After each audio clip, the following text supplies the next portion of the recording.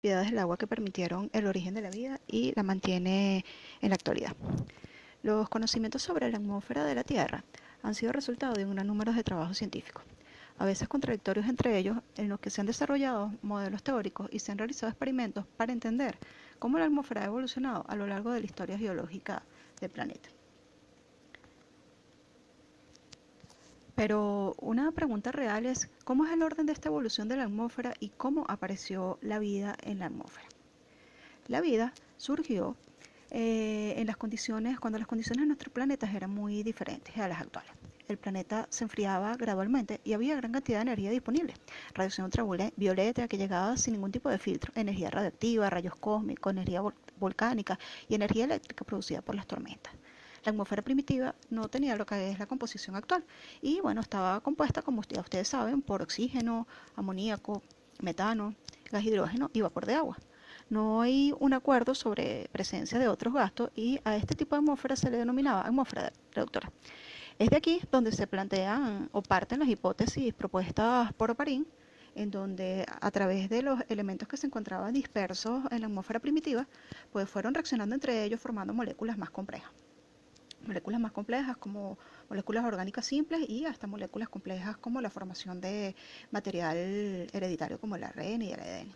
Y también Oparín pues planteó la hipótesis de la formación de los coarceroados, que eran como las células más primitivas que existían en el planeta, en donde todas estas moléculas simples que se formaron se unían entre ellas, que se me movió, se unían entre ellas y fueron delimitadas por una membrana. Y así se fueron formando las células más primitivas. Años después, Miller y Oire, como ya sabemos, pues realizaron los experimentos para corroborar que en la presencia de estos compuestos en la atmósfera primitiva podían permitir la formación de moléculas orgánicas sencillas y posteriormente de moléculas orgánicas más complejas. ¿Okay? Ahora bien, vamos a ver resumidamente cómo apareció la vida o desde cuándo apareció la vida en el planeta. Hace más o menos unos 4.500 millones de años pues está el origen del sistema solar. Posteriormente ya la Tierra estaba formada, se creó la primera atmósfera como la que ya mencionamos, era un poco inestable y era una atmósfera fría. Poco después ocurrió lo que se llama el bombardeo temprano, que es parte de esta explosión cósmica que se ha dado y parte de estas teorías que dicen que los asteroides llegaron a la Tierra y explotaron contra lo que es la corteza terrestre y se liberaron y se incorporaron cosas como el agua y agua en forma de vapor, ¿no? El CO2 que venía proveniente de los volcanes de la corteza terrestre y de esta manera se permitía o hacía que la atmósfera ya no se enfriara tan fuerte como en las condiciones anteriores. Entonces, esto permitió la formación del océano, porque ya con un clima pues mucho más templado, el agua ya no solamente estaba en forma de vapor, sino que pasaba a formar agua en forma líquida. Después ocurrió otra cosa que se denominó hace más o menos 4.100 millones de años el bombardeo tardío, donde habían grandes aportes de vapor de agua y muchísimo vulcanismo, lo que favoreció obviamente las condiciones de la atmósfera. Hace 3.900 millones de años es donde se descubre principalmente las posibles evidencias de actividad biológica a través de fósiles que se han encontrado en los estudios más recientes. Muchas rocas sedimentarias con organismos vivos eran los primeros fósiles que se encontraron como evidencia de la existencia de vida. Posterior a esto, pues aparecieron organismos fotosintéticos como las algas verdeazoles y a partir de la aparición de organismos fotosintéticos, pues aparece la aparición de oxígeno en la atmósfera, lo que conocemos entonces como la atmósfera atrás. Y no fue sino hasta hace 2.000 millones de años más o menos donde aparecieron las primeras células eucariotas que poseían núcleo y la aparición además de la reproducción sexual y a través de la meiosis. ¿Okay? Entonces, todo este resumen indica pues, que la vida comenzó a aparecer después de la presencia de agua líquida, hace más o menos unos 4.000 millones de años.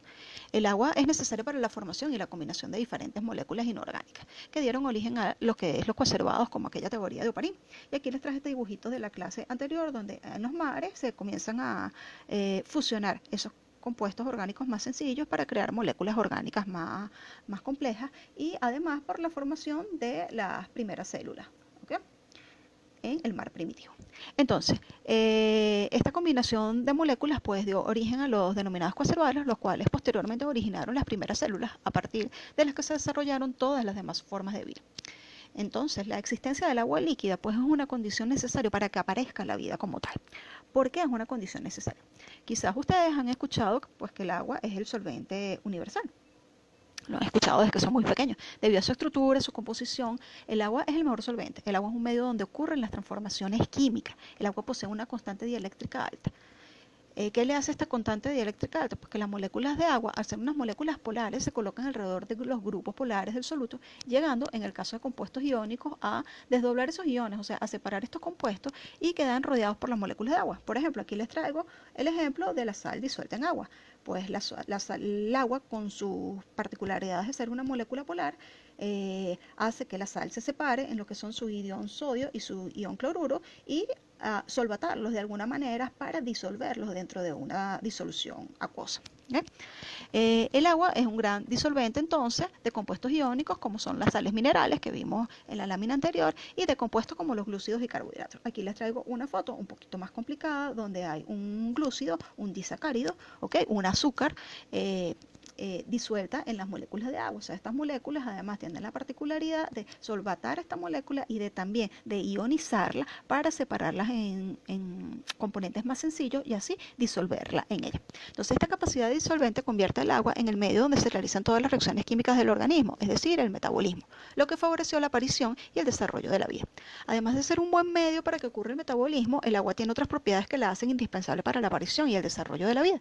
Las primeras células se crearon en los océanos, en el agua, donde se formaron los compuestos orgánicos que formaron moléculas más complejas como lo son el ARN. Se crearon las membranas y esto originó lo que se denominaban coacervados o también protocélulas.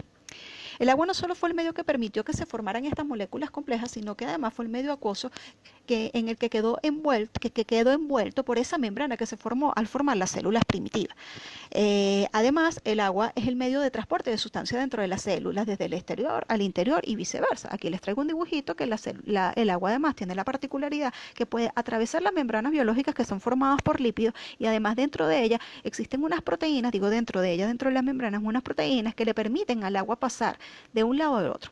Si el agua pues disuelve muchas de estas moléculas que se encuentran dentro del metabolismo celular, entonces permite transportarlos de un lado a otro de la célula, o sea, de un lado al otro de la membrana celular.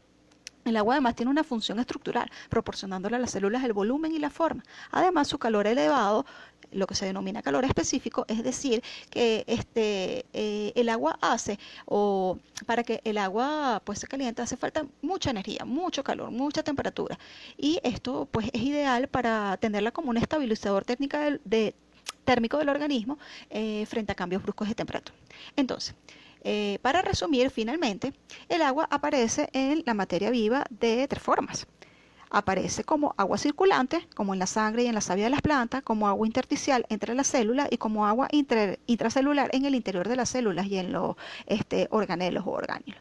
Además, el agua cumple funciones como disolvente de sustancias, funciones bioquímicas como dentro del metabolismo celular, función estructural y de transporte, como ya lo describimos, y una función termorreguladora. Entonces, bueno, esto ha sido más o menos el resumen de lo que se refería a las características y las propiedades que tiene el agua para el desarrollo de la vida y para continuar y preservar la vida dentro de ella.